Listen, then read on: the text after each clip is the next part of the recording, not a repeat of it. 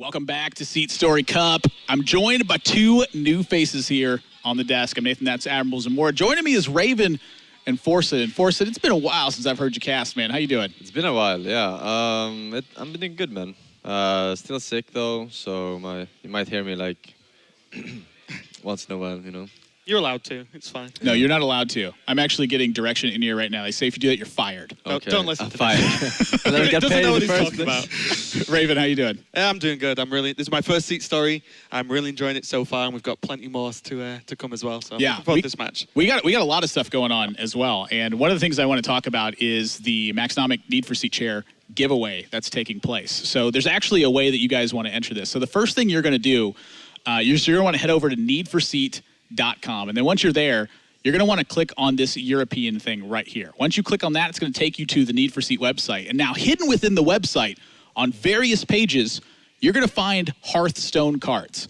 Your goal with those hidden cards is to find a oh, maybe I'm not supposed to show that one. So you're going to find the attack and then the health of a card. This is going to be the start of your 6-digit code. So in this case, 8 and 6. Once you find a 6-digit code in sequence of attack and health, and then attack and health the second, and then attack and health the third, that's where you're going to head over to facebook.com/needforseat. From there, you're going to want to find this post, and you're going to enter that 6-digit code into the comments, and that's going to be your entry to win one of these Need for Seat chairs. Now, there are a lot of different combinations of codes you can find. So if you find more than one, feel free to keep posting on there. As you can see, already 149 people have found codes and made entries here. You could be 150. You could be. You could be 151. True. Also true. Could it be 152? No. No. 152 is basically 150 done at that point. But that's how you're going to enter to win this Need for Seat chair. So that's really cool. Make sure you guys head over to the website and check it out. There's a lot of hidden cards that you can find. And let me tell you what, those chairs are mighty comfy. They are reasonably comfortable. If I was playing Hearthstone, I would want to be in a Need for Seat chair. Personally. I'm on a couch, though. Which couch is pretty comfortable, yeah. I have one. You have a couch? No, I need for seat chair. How is it? It's good. I mean, you stream a lot of hours in that thing. Yeah. That's how you stay sane, right? That's the only thing that keeps me sane. The chair, nothing else. It's the only thing. So next match that's coming up, this one is a doozy here. Hafu versus Torlk. These two, they won their first match, and then they lost another one, and now they're back into this spot. So this is do or die time for these. Yeah, it's really important for these players now because, you know, they've had one rough series, one good series, as you said, and with Savit sort of flying through the the group overall, they really want to make it through to in the next couple of days when there's the knockout stage, because obviously for now they'll play today and then the winner has a break tomorrow and then can carry on at the weekend. So looking good. Looks like we are getting into the first game though. Big time elimination match here. It's going to be Rogue versus Warrior, and Hafu looks like she's on the Dragon Pirate Warrior. Forsen, I know that you're a big fan of this deck. A big fan of this deck. Yeah. Well, I added it to my lineup for the first time actually this tournament, but I never played it before. But yeah, I'm a big fan of. You've played Dragon Warrior before, right? No, I never Really? actually played it. Yeah, Never? I never bothered to play I only played Control Warrior back in the days, and now I play this, I guess, because it patches OP. Speaking of patches, turn one here for the Rogue. What do you think? What's your take on the patches Rogue build? Do you think it's got an advantage to this matchup? I mean, you definitely need to add it to Rogue. It's just one of those cards that are staple nowadays. In almost every class you can build it. Even as a non-weapon class, you can build defensively with Bloodsail Corsair, just to cycle that card for your Reno faster or whatever. But this matchup is pretty hard for the Rogue, usually. It's not as bad as Pirate Warrior, of course, versus Rogue, but it's still not very favored for Rogue. Yeah, Pirate Warrior versus Rogue's got to be a nightmare. Yeah, it's terrible. I mean, Rogue doesn't really run taunts, doesn't run heal, so Pirate Warrior is just given a free roam, to be honest, to just go highly aggressive. And, as you said, Forsen, like, the Dragon Warrior can pretty much play the same style. You just go very, very aggressive. But this Quest and Adventure out from Torlk is actually going to try and put a bit of a stop to that, as it's going to force Hafu to trade in. You cannot leave a Quest and Adventure on the board, especially already at 4-4. Wow, that's a pickup and a half there. Yeah. What's he going to get, though? I mean, that's the best draw on the deck, right? Tomb Pillager would have been okay. Tomb Pillager would have been okay He drew too, Tomb yeah. Pillager as well. Yeah, exactly. That's how it works. That's actually And pretty nice. Hafu draws the patches in hand too, so that is effectively a dead draw. I mean, that's so bad to draw that card. Yeah, and also, okay, going for the patches this turn to just give the very clean trade into the Tomb Pillager. Could have played Alexstrada's champion, but then you kind of just reducing the champion's health down to 2 for no real reason. So Yeah, I mean, already I like contested holding- on board with the Barnes. exactly, yeah. And this is a turn that is likely to get very difficult for Hafu at this point. This is potentially really strong Edwin turn. And Torlk, I thought this might have been a sap small-time Buccaneer Edwin turn. Instead, he's going for Fan of Knives and trading off the Frothing Berserker. Yeah, I actually like the sap more. There aren't a lot of good sap targets. There are like the Curator is pretty good and the 9/9, but he's not even going to be a 9/9 at this point, so you don't need to sap the 6/6. yeah, I think the Twilight Guardian could be a good sap target as well, just Yeah. to get the taunt out of the way, and then by the time they replay it, you should have the board advantage to just punch straight through. Yeah, So it is a little bit interesting because it's rolling right into Hafu's turn 6. So Draconid Crusher will directly contest the Edwin. So maybe he just wanted the sap to offset that and actually just get some real value from Edwin here.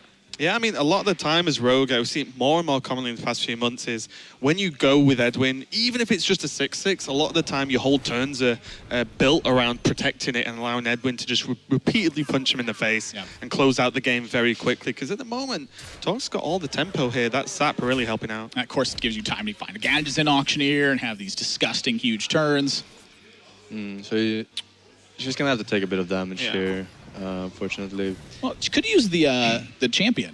Yeah, it's a possibility, but I think having the axe equipped as well for next turn, I think you can afford to take 6 for now. 6 is a lot. yeah, 6 is actually a great amount, especially with that 3 damage fired on board, even down to 12. Yeah, 11 with the dagger. If you look at Hafu's play in the first match, she was pretty liberal with her life total. And I think in a couple of those spots, it could have cost a little bit. So maybe that's something she's thinking about for this turn. Yeah. That's true. And Rogue does have the ability to just burst out a hell of a lot of damage. There's still a lot of tools in the deck. Not seen any eviscerates, for example, which can just get truly ridiculous if there's like a double eviscerate turn combined with a cold blood or something. Yeah. So there's a lot of burst potential in Rogue at the moment. And not gonna change meanwhile, too much. Torlk's still at 25, and Yeah. Hafu's failing to really get on board and take the lead. So the Draconid Crusher Fairy Dragon here is hoping to do just that. But Auctioneer and Counterfeit Coin in hand, I think Torlk's about to have some pretty big ones. I think you want to play Axe here and I'm kill the pretty sure Thanos, you'll right? play Axe, Yeah, I was going to say, I mean, because there is no more Fan of Knives, so she wouldn't have to worry about that when playing Yeah. the Fire Dragon, but you still want to remove the spell power because Shadow Strike is a possibility, right? yeah, and 6 also damage. you don't just want to like hand the Crusher to the board already. Never Yeah. mind what Torlk's going to play out now. Or even like a backstab Cold Blood, be able to Yeah, do it just- really well. And Torlk looks like he's going to slow it down a little bit more, still fearing Auctioneer being dealt with. Or maybe just not enough gas in the tank to justify the full turn. But Azure Drake relegates the rest of this. Yeah, I think the past 2 turns where Torlk could have gone Gadget Zan Coin and then maybe tried to cycle through into something a bit more powerful, he's just drawn better options, right? He Oh. went into Tomb Pillager, now he's got double Azure Drake, so he can just pile on more reliable pressure at least. Yeah, just go ahead and Cold Blood and Just punch him in the face. 9. Yeah, why not? So there's some synergy, but it's not going to be Feels too little, the too swing he late. needs. Yeah. I'm actually really liking a value trade here as well. Hafu's seen a sap at this point. I She like can the keep a value 6-2 on trade as board.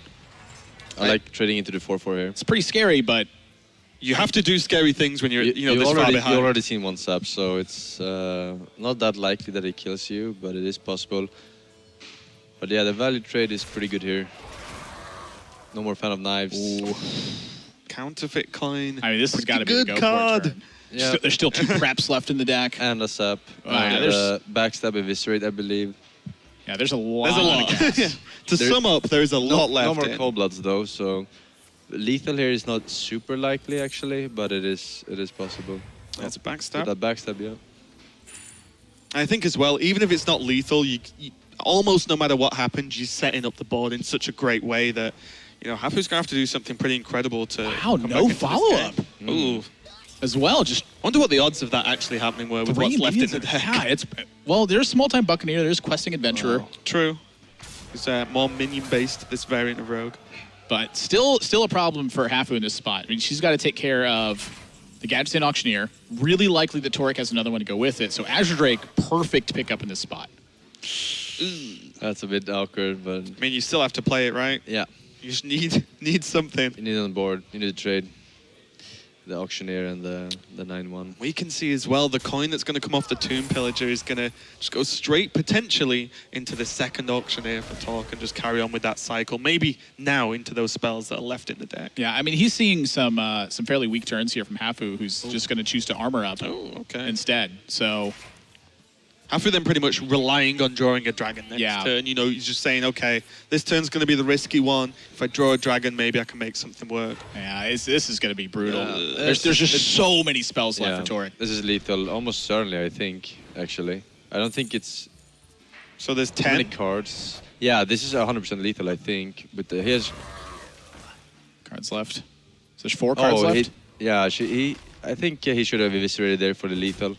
He has one more eviscerate and one more prep, right? Yeah. I think so, yeah. Yeah. I mean, I guess this is kind of lethal regardless because Hafu on just like one additional card probably isn't going to do enough to deal with the board and still not die. Say Deathwing hits there, though. You know, that could be a problem. Actually, Deathwing is... I've seen it in Dragon Warrior. Quite a bit on ladder, at least. It's never really an unreasonable card in Dragon Warrior. It is that deck empties its hand very early on for the most part. If you're not doing a really heavy scaling by just having multiple Azure Drakes, getting tons of value from Fiery War Axes, Blackwing Corruptors, it's a pretty reasonable top end. It's better in tournament than on ladder, though, because there's so many aggro shamans. You know, you don't really have time to get to turn 10 and then play an Azure Drake, and then they use Lava Burst you the turn after you Deathwing and you're dead. But yeah. Also just roll a Taunt Totem. It's the old 2 mana. In there. Works every time. Yeah, so Hafu going with Aggro Shaman to fight against Torlk's Rogue. And this is a pretty great choice. She's actually going to keep Maelstrom Portal as a nod to Patch's openings as well. Yeah, it's a great answer, and it's one of the reasons why very quickly after the expansion came out, we saw the meta go straight into Pirate Warrior, and then very quickly shift into like the aggro Pirate Shaman because of cards like Maelstrom, which mean you can actually just answer your opponent, develop a minion of your own, and then have a similar, well, almost exactly the same opening as well. So And Jade Claw is such a good card for getting the ball rolling here. The Small-Time Buccaneer available on the next turn despite the overload, and being able to take the lead on minions early. yeah, it's looking really good here so far for Hafu. Plenty of answers, and also a little bit further down the line, but the Jade Lightning to just straight up kill a Tomb Pillager, and that is terrible. That is twice now that Hafu has drawn patches when playing a pirate variant. That is brutal, and you can see it. Well, the patches was supposed to trade into the patches, and then Hafu holds the weapon, right? So the Buccaneer is a 3-2. This wasn't supposed to happen. Yeah. Hafu literally planned around patches not being drawn, and you can't blame her for that, but this is very, very rough. Changing the whole turn for her and just going for a direct trade and saying, okay, you got me that time, I'm going to have to try and recover, but... Just shakes her head. Yeah, I mean, that's pretty much all she can do. Well, there's some good news is that Torlk's hand does not get on the board very well right now. So I think Hafu still has plenty of time to really get control here. Yeah, I wonder as well what's going to be the follow-up here. Yeah. Trog changes everything though, right? Yeah, I think you want to Trog Hero Power here. Hero Power is really important versus Rogue. Like, just getting multiple things on board to activate Flame Tongue. I think as well, going into turn 4, if the Tomb Pillager comes down, you just Jade Lightning. You don't want to be overloaded. You can just Jade Lightning, Tomb Pillager. You develop a 2-2 at that point because the Jade Claws have been down. And you just clean it up really nicely. Back-to-back Azure Drakes coming down. It's really good, really, really good. What's your take from this spot? I mean, I know you have a ton of Rogue experience. When you get to a situation like this against an aggro build, you got to be feeling comfortable. Yeah, it does feel comfortable, especially since you haven't needed to use like Fan of Knives to clear the board yet. You still have 2 Fan of Knives in your deck, most likely. I don't know if he runs that exact list, but that's really good against Shaman with the spell power. Yeah. So having like contested the board without even having a Fan, only using 1 backstab and Pirate is really good. But then again, this game would look completely different if she actually didn't top deck that patches that turn. Yeah. So just have an extra card. Yeah. And plus development. And would that actually be way more aggressive because the Buccaneer would have come down, right? And done a lot of damage, like 3 damage over turns. Yeah, so Hafu looks like she's really valuing just getting on board as hard as possible now and starting to push damage. And this has got to be right. I mean, that's... Now if Torlk has Fan of Knives, he's got to have Blood Mage to have it be super impactful. Oh, and he top decks the Auctioneer there. That's so good. pretty much has to go for it, I think, as well, this turn. This matchup is not about like getting as much value from the auctioneer as possible. It's just like playing minions, contesting the board, removing when you can, you know, cycling into other minions that can stop the shaman from going face. Strong value and preservation and life total. Especially with cards like Gadget Zan that cannot be ignored. Excuse me, that cannot be ignored even by an aggro deck, right? You kind of need to kill that guy. Prep. That's exactly what he needed there. That is pretty sick.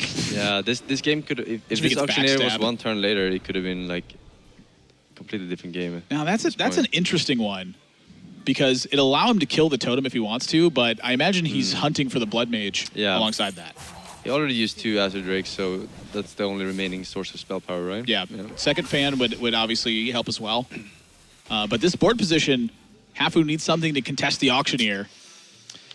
And that's not a strong one to do it with, because you kind of want that to go to the dome, but... Yeah, well, the worry is, you know, there is the answer there, but look at this. Look at the health totals. Torlk's on 27. It's crazy. And this is a tough choice here, because Dagger Mastery will allow the clear on the auctioneer and keep the 2/2 on board and swinging. But Life Tap... It's Life Tap. Exactly. Correct. What are you taking here, Forsen? I mean, at this point, you have to go all in, and I wouldn't go for the weapons either. You just have to tap into like 7/7s and hope they don't have the sap, you know? That's kind of how you win this matchup from the here on. Or more Jade cards. Yeah. Like Jade Lightning. You just need the gas to get the job done. You have so many weapons already. She has 3 more weapons, right, in the deck. I would presume so. Yeah. So it's like it's better this turn to take the daggers, but in the long run you have to go for the life tap. The draw of this backstab actually is really going to help out. It's going to grow this quest adventure and clear up a good chunk of the board if you actually want to use Fan of Knives as well. But I wouldn't even mind Tomb Pillager at this point. Having 2 just reasonably sized minions, Hafu only on 1 card, 2 on the draw, of course, means that not a lot's going to go down. Yeah, I think a lot of his concern is just simply protecting the questing adventurer as much as he can. I mean, he just saw Lava Burst, he saw Hafu take Life Tap. So at this point, if he gets pressure going, that's probably a pretty easy way to win, and it picks up Auctioneer alongside of it. So if Hafu is Lava Bursting your Auctioneer, that's a lot of damage gone from Hafu's side. So he's free to kind of use his life total a little bit more liberally and just keep the pressure going. And second portal is not going to get it done. There's I mean, was this keep on the Maelstrom portal a little bit much? Because she stifled the early pressure pretty easily. It's a good one, but it's not going to matter too much. I mean, he's quest accepted. Yeah, pretty much. It's looking crazy. And the problem last turn as well, the force of the tap, because the double Maelstrom, and combined with the overload, meant that almost anything Hafu could tap into wasn't even really playable anyway. It needed to be able to kill questing. Yeah, exactly. And so now, down 2-0, and your premier deck that's supposed to fight this matchup well is going to be gone. Yeah. Farrell just... every single turn you cannot kill questing, it almost doesn't matter the other cards that you draw, right?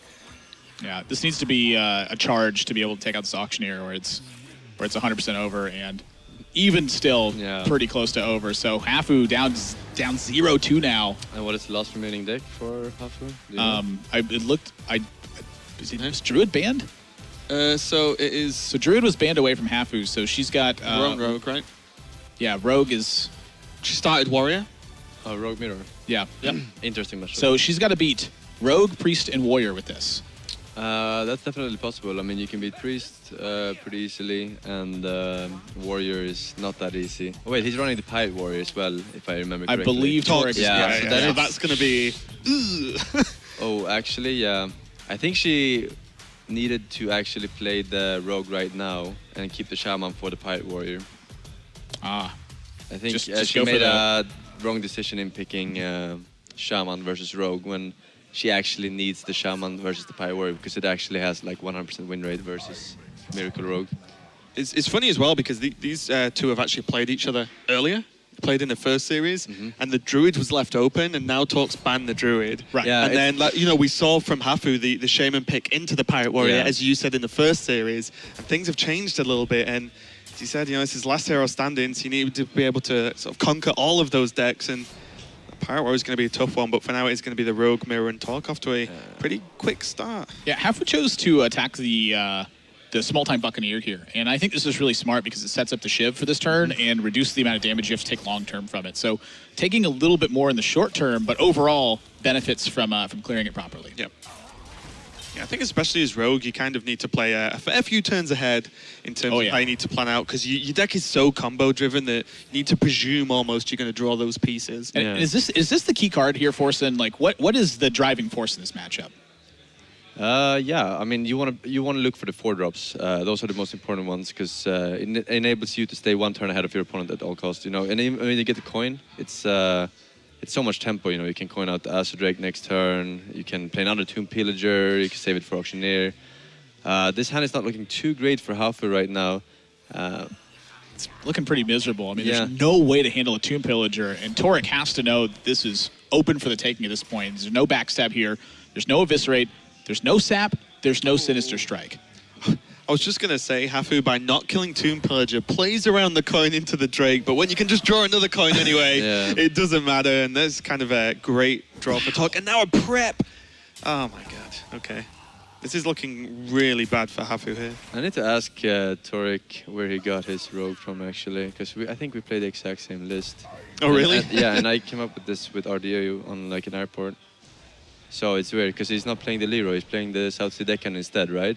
Yeah, he's playing Deckhand. Yeah, and I wonder. Are you accusing him of list stealing? No. I was just wondering. Like, it's very interesting. Yeah, so 6 Edwin going to be the play here. But the problem is the life total. I mean, Hafu has taken 12 damage leading up to this point. And a lot of times this matchup can come down to like that pseudo race. Like whoever gets the most chip damage has the advantage because they could use Eviscerates on the face. They could just go face, yeah. I think for Hafu now, on how this board looks, she pretty much needs to play gadgets and prep into like the perfect chain of cards to be able to cycle through and like just push forward. But this Quest Adventure is going to be pretty tough to do. Edwin as is like super good in this matchup too. You can win games on turn 2 by YOLOing Edwin, you know, because you don't mulligan for your sap as the other rogue player. You never mulligan for your sap. So it's like one of those really strong cards in this matchup. Now Torlk saying... I mean, when you say perfect sequence, you are not kidding. This needs to be like Gadget Zan into Prep Sap into Prep Sap. Yeah. And perhaps even a backstab on top of that to make sure that just clear the board. Yeah. But now if that happens, Hafu's probably going to win the game. So, not even going to go for it. Wait, what? Okay. I mean, it would have required a perfect sequence of draws. And could have happened though, right? Prep backstab into prep backstab into... prep sap into prep sap into prep backstab. You're right. Point concede. That's sequencing. So, wow, that's a quick victory. Torlk just absolutely dominant in that set. Yeah, he's going to be feeling really good as well because that kind of happened to him in reverse when Hafu played him initially. So Torlk is going to make it out of the group along with Savitz, and that's going to be Group A. Looking pretty good. Yeah, I mean, that was a tough group to be in as well. I mean, Savitz looking fantastic so far in this tournament. He's mentioned that he feels the Reno decks carried him a bit. But I think he's maybe being a bit humble there. A very strong player. Torlk, what a set there. So talk to us a little bit about the bans. You banned, what did you ban in the first matchup? I banned Druid. Because the first match, I banned Warrior, and the Druid got a lot of early game with Moonfire, with Wrath, so it's really hard for my patches to do some damage. It's hard for patches to get in that extra damage if it gets Moonfired. Every deck, Rogue Miracle, patches, Warrior patches, Shaman patches. Patches MVP. Hearthstone Heroes of patches. So what do you think? Do you like the Druid ban here? Based on what happened in the first series, I think so. And yeah, like you said, we saw a lot of sort of anti-early game from Hafu's Druid list, and even the ability to beat out some of the more control decks because it is that like huge combo variant. Yeah, so I liked it. Playing like double Druid of the Claw, we saw come out in the first series very quickly. Double Druid of the Claw is really hard for my deck. So exactly, yeah. So I like the switch. I think it actually made quite a big impact in the series overall as well. I fear about this ban. She could ban Warrior because I win 3-0 the game against Strifecrow, but she still banned my Shaman, so it's okay. Yeah, I would definitely ban. You play Pyre Warrior, right? Yeah. Yeah. So Pyre Warrior is super strong versus her lineup. I would probably really ban strong. that instead of Shaman. But they didn't even get to that. You won with 3 3-0 with the Miracle Rogue. Yeah. So how are you feeling now that you're getting out of the group stage alongside Savitz? I'm really glad because it's my first SeatStory Cup and I represent the French community, so I hope I will go win the tournament. So I'm sorry, my English is not good and I'm No, it's still fine, it's in fine. the game. So Well, talk to us a little bit more about the game. Is there anything that like really stood out to you as like a critical point? Do you feel like any of your decisions like could have gone separate ways, or do you feel like it was pretty straightforward and clean cut? I'm sorry, can you repeat? Do you feel like your gameplay was really straightforward, or do you feel like you had some tough spots in this series? I think that my gameplay was okay on this game. Maybe I could play the mirror of Rogue differently, but I think that's okay. Yeah, I agree with you. I think that just getting 2 pillager down right on curve and making sure you can apply pressure is the big key to that matchup. Yeah. Forsen, any thoughts on your mind, or straightforward set from you? I like 3-0 Miracle League. It's my favorite. Well, congratulations on your win, and Thank good you. luck in the tournament Thank and you, in the group. So that's going to be our 4th match wrapped up. Is that a 4th one, or is there a 5th one now? That was 4th. That was the 4th match, yeah. So Put me on the spot there, Adam. Well, I was like, oh no. so the B stream's going on too. Was it fair? Oh, I don't know. Carry on. So, there's a B stream going on as well. The Twitch Take TV Black is happening. A lot of great matches happening over there. So we encourage you guys to check out both the matches as they're going on. And as we're signing off, I do want to again encourage you guys, go on the Need for Seat website, look at the European section, and find those card codes to enter to win your chance at a Need for Seat chair. You're going to find 3 hidden Hearthstone cards, and you're going to take the attack and the health of those 3 cards and make a 6-digit code. Post that on facebook.com/needforseat for your chance to win. So our next match is going to be coming up, but we're going to go to a quick break. When we come back, our 6th match of the day.